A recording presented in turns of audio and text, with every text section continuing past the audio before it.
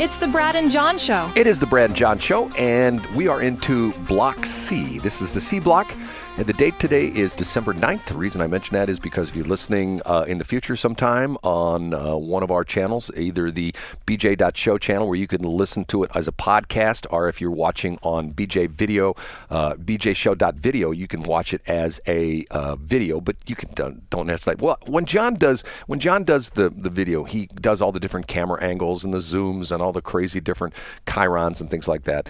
But most of the time, they're sort of boring, but you just listen to it. I'm not boring from what we talk about, but they're boring visually. Right, John? That's right. I'm using all the capital investment that we put into the station for multiple camera angles. And by the way, can I, something hit me over the weekend. You're Mr. Financial Guy, okay?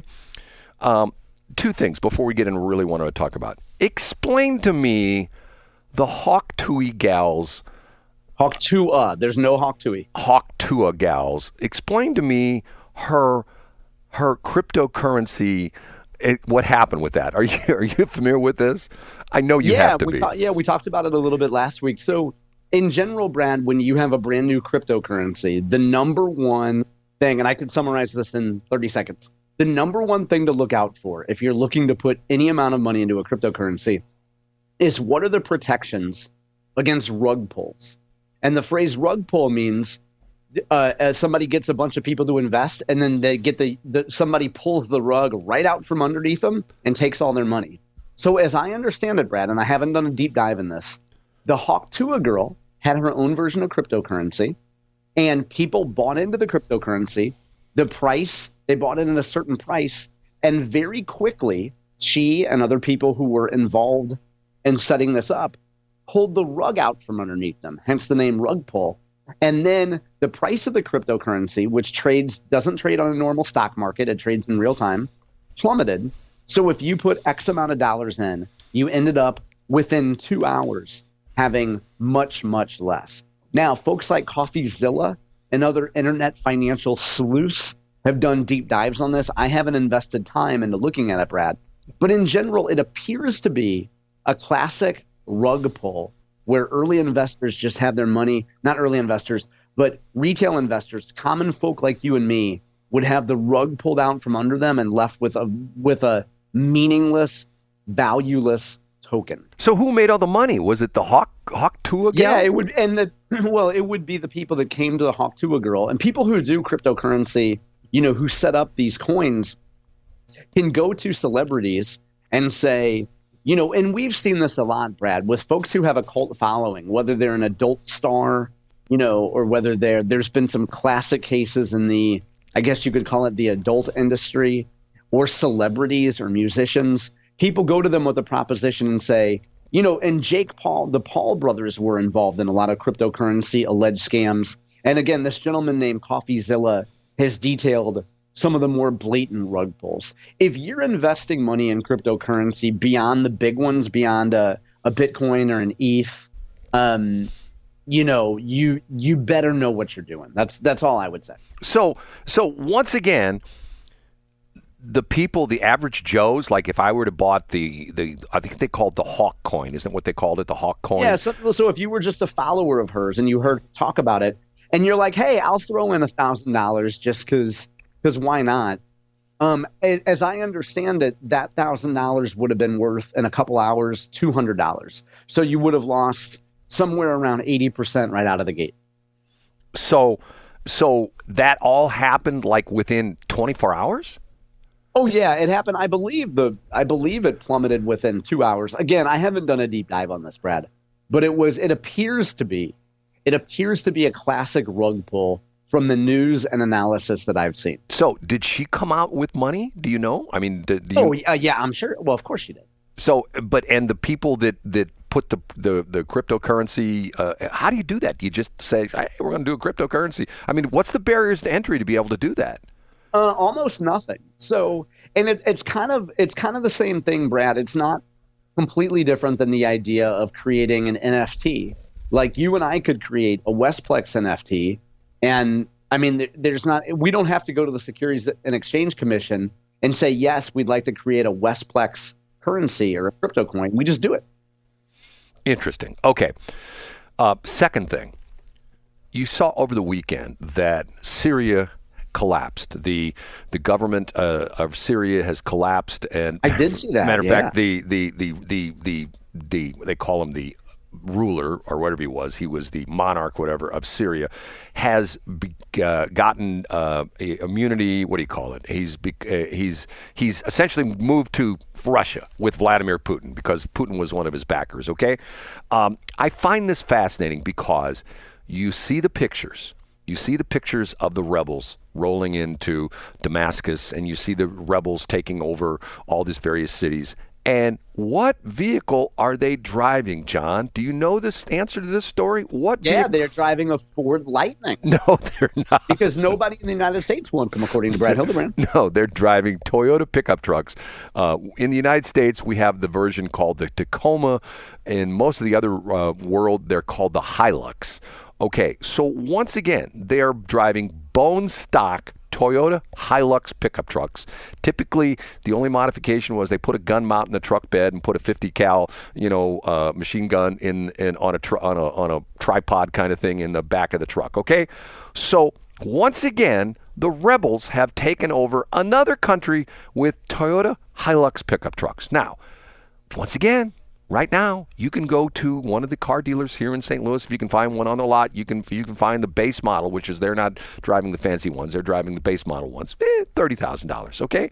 But if you were to go to your government contractor and say, okay, what is the equivalent vehicle of the Toyota Hilux that the Army uses, or the Marines, or the Air Force is probably going to use, but the Army or the Air Force is going to use? And they would say, oh, that would be the whatever. They don't necessarily use the Hummers anymore. There's a new version of that. Okay, and how much is one of those? Oh, it's $1.3 million.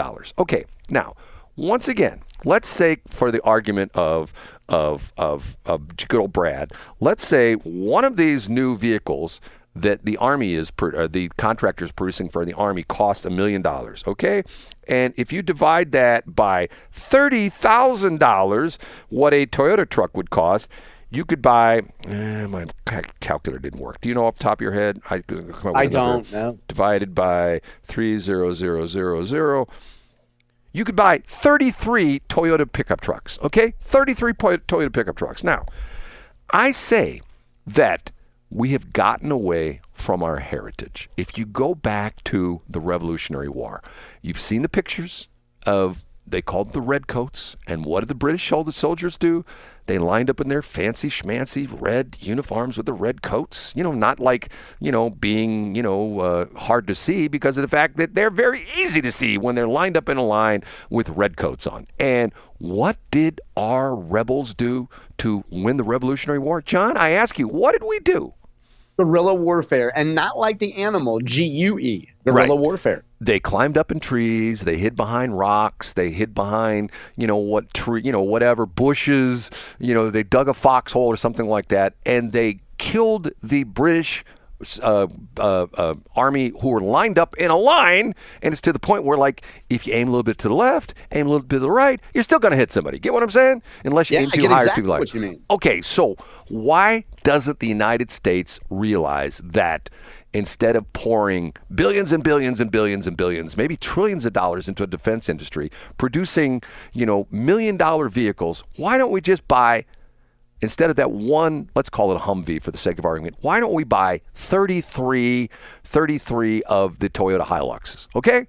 And once again, you're seeing what's interesting about this is, what the interesting, and the war colleges are taking very close note of this, the Ukrainian war. Do you know what the takeaway from this is? No, I don't. The Ukrainians have fought essentially an asymmetrical warfare because of the fact that I don't know how many Russian ships they've sunk, and guess how many ships there are in the Ukrainian Navy? Guess, John, guess how many ships there are? I have no idea, Brad. It's your favorite number. Go back to Animal House. 69. No, it's your favorite number. Or if it's not a number. Think Animal House. 0.0. There are no ships in the Ukrainian Navy. So how is Ukraine sinking these Russian ships, because once again, it's asymmetrical warfare. And the Ukrainians, how many times, my son and I talk about this, how many times have you seen these videos, and some of them are haunting, where you see these Ukrainian guys who have taken off-the-shelf drones and modified them and put them to the point where they have some kind of a hook on the bottom of them, and they put a hand grenade on this hook, and they tie like a tether to the pin on the hand grenade. So the hook flies over the drone flies over the top of a tank, which unsuspecting Russians have the hatch of the tank open because they're thinking to themselves, well, we've got armor around us. That's not going to get us from the top. And a drone flies over the top of the Russian tank, and they hit a button, the Ukrainians do. The hook releases, the pin's pulled on the hand grenade. The hand grenade falls down into the tank, blows up the tank, kills all the guys inside. When are we going to learn a lesson, John? I mean, I don't understand it. I just looked back, and Brad, you had quite a dissertation on this on our show on August 13th, because we have a title of Brad on asymmetrical warfare. And you were talking about this exact same thing, Brad. You were talking about the fact that it appears as though the military doesn't want to engage in or condone this type of asymmetrical warfare. I mean, at least on the U.S. military side, right? But other folks are doing it successfully. I think that was your point. Yes, and go back to Dwight Eisenhower. Do you remember his famous speech when he was leaving office? He criticized... Yeah, he said, I'm going to create a highway system in Missouri, and young kids are going to say, who is Ike? Right? We like Ike. We like Ike. That was all done in the night. Do you remember that one? Oh, yeah. I think most people in their 90s do remember that, Brad. I'm not 90 yet. I'm 89. Okay, so the point I'm trying to make on this is that we don't learn our lesson. You know what I'm saying? We don't learn our lesson. Yeah. But so why is that, Brad? Why aren't people following through on this? I don't know. It just, it doesn't make any sense. Okay, give you a perfect example. I have the fight with the smartest woman in the world, who I won't say who she works for, but here's a perfect example. In 1941, I believe it was 1941, they first produced the first P-51 Mustang, which is still to this day a legendary fighter attack aircraft. And in 4 years, they produced 15,000 P-51 Mustangs. In 4 years, okay? The F-15, made right in St. Louis on the north side of the airport, right up there, McDonnell Douglas, which is now Boeing Defense Space and Security, by the way, I don't know if you know there or not. From 1972 to 1997, this is just the original F-15. This is the A, B, C, D, G, J, DJ model, okay? And they're making a newer version of it, which is the, I can't remember, it's the Super Eagle or something like that. But from 1972 to 1997, which is what, 25 years? Is that 25 years? Does that sound right to you? 72 to 97, 25 years? Guess how many of the F-15, that includes the A, B, C, D, J, DJ, how many of those they built? Did I lose John? I must have lost John. Oh, I'm sorry. I had been on mute. I was looking back at the last time you talked about this, which was back in June. I don't have the number in front of me, but I'm going to guess it's 0. 1,198. In 25 years, they built 1,200 of them. And in 4 years, they built 15,000 P-51 Mustangs, okay? I am saying there's a guy, which is interesting, there's a guy on YouTube by the name of Whistling Diesel, and this guy is sort of nuts, and he destroys stuff all the time. He bought a tank from England. He bought a tank from a guy who restored a tank in England, brought it over to the United States, and he made it a remote control tank, okay? He bought, once again, he's a civilian. He bought a tank, and he turned it into a remote control tank. Why can't our government do that? Why can't instead of putting guys at risk, putting them in a tank, he's got nobody in the tank, and he's driving this tank around, and if it weren't for the fact that he had to weld up the barrel and the gun, he would be able to fire, rounds out of the gun, stuff like that. How come our military can't do this? You know what I'm saying? I do know. And I think this sounds like a good legislative twofer. When you go for legalizing golf carts, you should add tanks to it, Brad. Like, I'm sure you could find an attorney that could write, I'm sure your daughter could write language that could include both golf carts and tanks that don't actually shoot munitions. You get what I'm saying? Like, couldn't you make that at least street legal for the Deerbergs lot? Only in Cottleville. Only in Cottleville. Okay.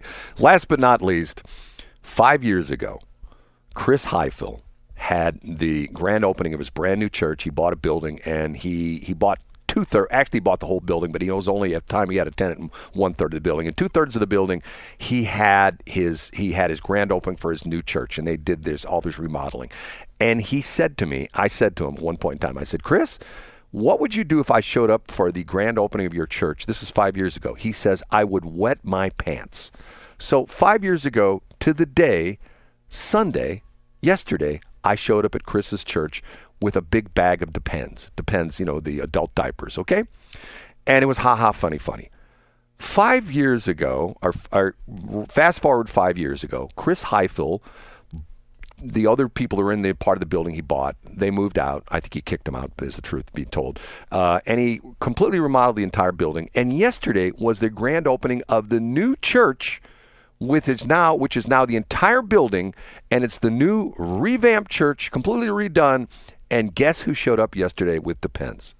Brad Hildebrand. I did, and I don't think he was really wild to see me, to be honest with you. But I was there. And Chris, congratulations. You do a hell of a job. But I'm telling you, John, if you want to see slick marketing, if you want to see a slick operation, you need to go to this church. I mean, Brad, I got to tell you, I heard about it. And remember, I was just around there the other day. I know exactly where it's located. This is like, they could do a course on how to operate a church, because 5 years ago it was good. They've gone to the quantum level of how good this is, how well they do it. And the interesting thing was, they bought this piece of land to the south they're building. They had a parking lot immediately to the south. They bought like another 3 or 4 acres to the south of that. And when I pulled up, I got there early, got there for the 8:30 service. When I got there early, the front parking lot was totally empty, and the back parking lot was filled. You know who is parking in the back parking lot? Who's that? The people that work at the church. And there must have been, and I'm not exaggerating, must have been 60 or 70 cars in the back parking lot, and there were no cars in the front parking lot. Now, as it got close to 8:30, the front parking lot filled up. I'm thinking to myself, these are all volunteers. I'm thinking to myself, that's incredible, Brad. I'm in the wrong damn business. I'm just going to stop this radio thing. I'm just going to, I may tomorrow, John. You may, when you call in to do the show, I may say, John, we're not doing the show anymore. I took my internet channel, I took my streaming channel of God Squad, and now 104.5 is now officially God Squad. And put your hands on the radio, because I'm going to make some money, dude. I'm going to make some money. It wouldn't be the worst thing. Brad, you know whose birthday is today? We talked about it on Friday. Do you want to wish somebody a happy birthday today? Who's that? One of your kids? No. We talked about this on Friday. Is your short-term memory really that bad? Who are you again?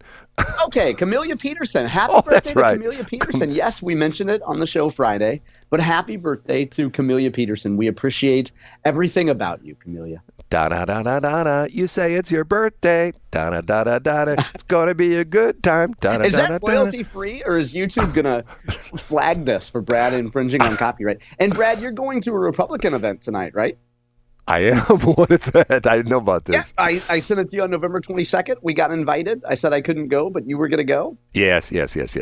All right. Fantastic. I can't wait to hear about it tomorrow. Well, I'm going to try to go, because I may have a conflict on that, and I need to talk to you about that. Hey, but you have been in contact with those folks. Yes, I have. All right, see you guys tomorrow. Thanks for checking out the Brad and John Show podcast. This segment of the show is brought to you by John Combest's book, Stalking, Harassment, Internet Trolling, A Guide to Recovering and Rebuilding After Online Attacks. It's a great reference if you've ever been the unfortunate target of a social media attack. It's available on Amazon. Just search John Combest. That's Combest, John Combest, and the book will show up in your search results. Now it's time for another segment of the Brad and John Show. Can you handle it?